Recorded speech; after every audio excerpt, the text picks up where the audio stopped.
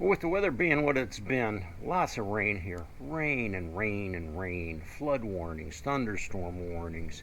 It's just been incredibly wet. There's swamp. The yard is a swamp. Let's put it that way. So we've been working here on the front porch.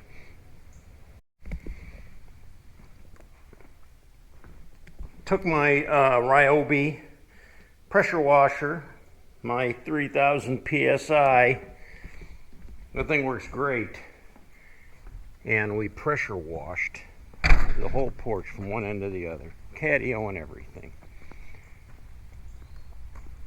Raining right now. What's that, like day 5 or something like that? But anyway, it cleans the wood up, pretty nice. Did the whole deck, the handrail, and the catio. Well, first, before I show you that, let's start inside.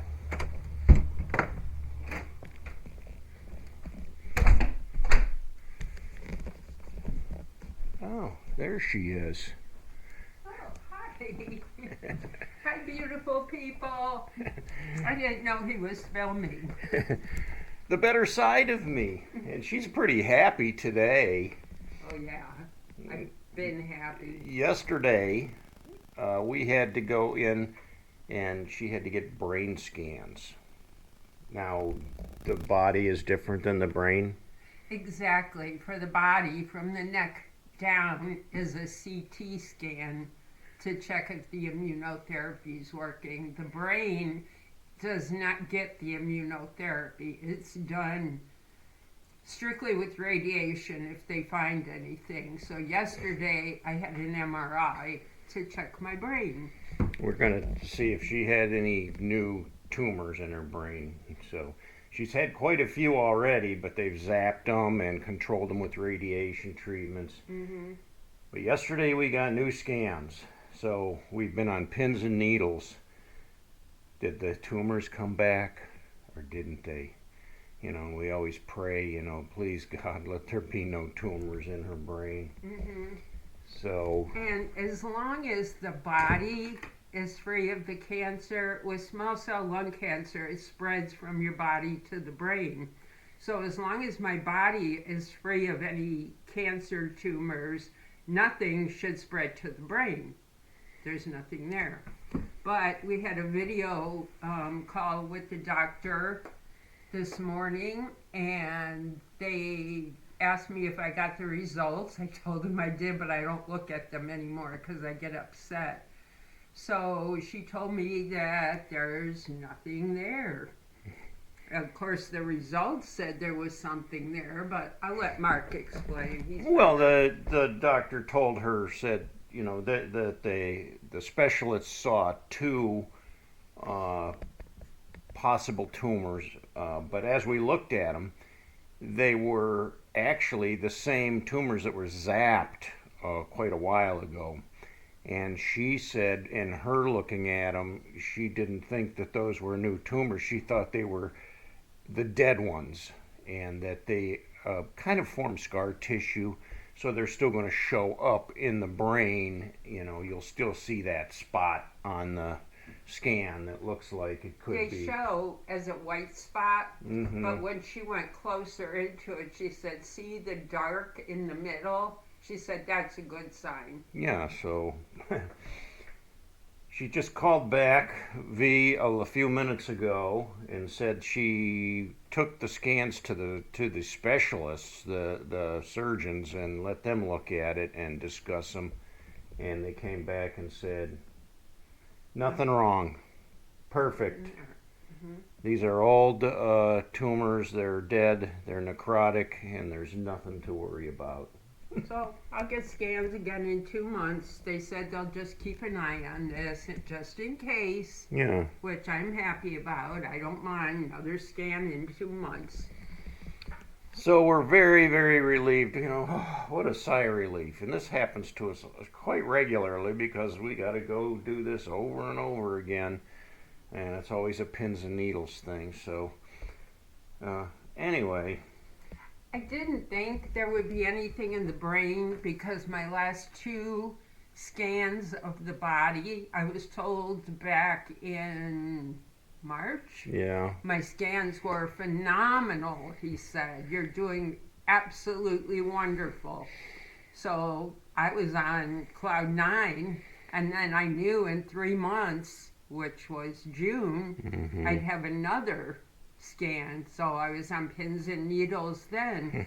But when I got the results from him on June 24th, he said, your scans are perfectly okay. He said, I don't see any trace of cancer in your body. And he showed both Mark and I the scans. Yeah. And there was nothing there. So I was still concerned about yesterday's scans, just in case there was a rogue cell traveling around my brain, that there could be something. But since the body's under control, I don't think that anything would go Right. to the brain. Right.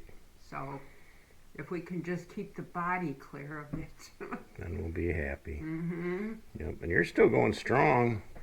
Yeah, I was thank God. showing them the work we were doing out on the front porch, and I'm going to give them a tour of the catio. So that's what I came in for. Oh. So back to that. If we start over here, we have this, 72-inch high cat tree. From the top all the way down, it has numerous floors on it. But if you'll see on this ledge, it lines up perfectly with the windowsill, and there's a cat door there.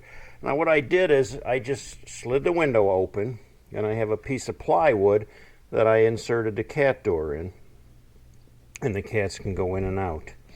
You see, we got a little rig there where we can wire it open for them during the day, so they don't have to try to shove the thing with their head. Some of them have trouble pushing that with their head. Now, while we were cleaning out here, also painted the furniture, pressure washed off the seat pads. You know, just from being outdoors, they collect dirt and grime.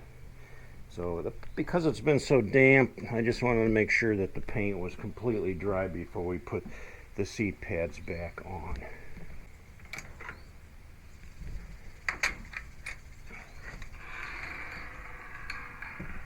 Of course, we have an outdoor access door. What's going on out here?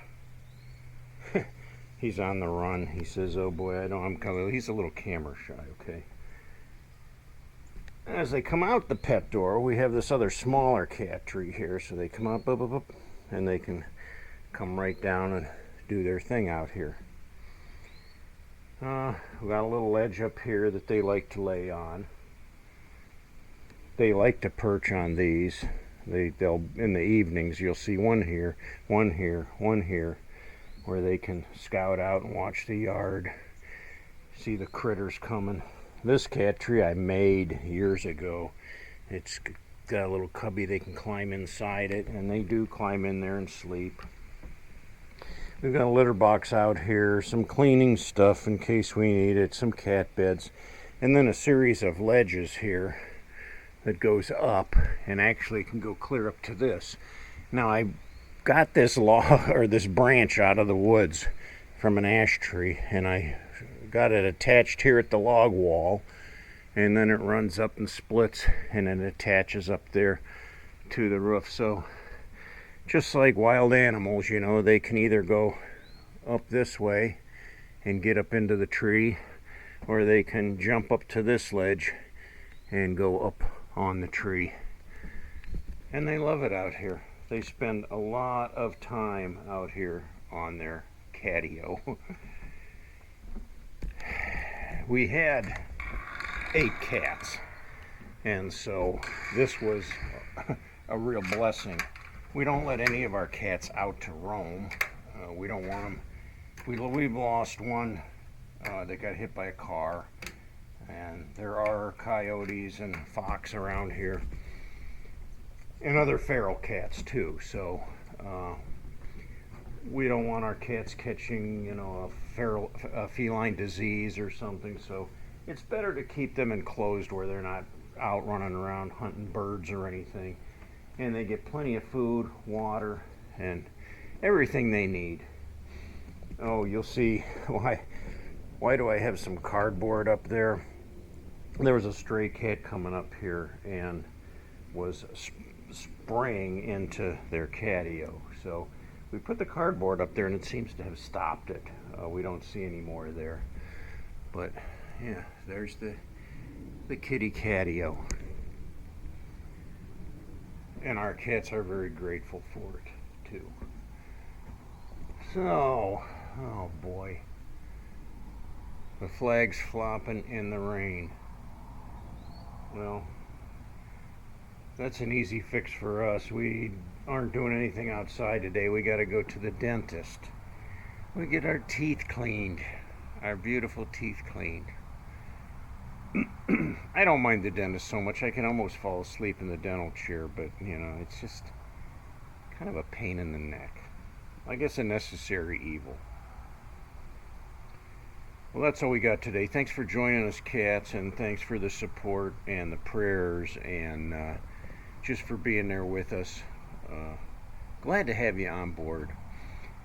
If you haven't yet, give our video a thumbs up, please. And please subscribe if you haven't yet. That way you'll be in touch when we post more videos. Twice a week, Thursday and Friday night, you'll see a new video from us, God willing. So until next time, cats, we'll catch you later.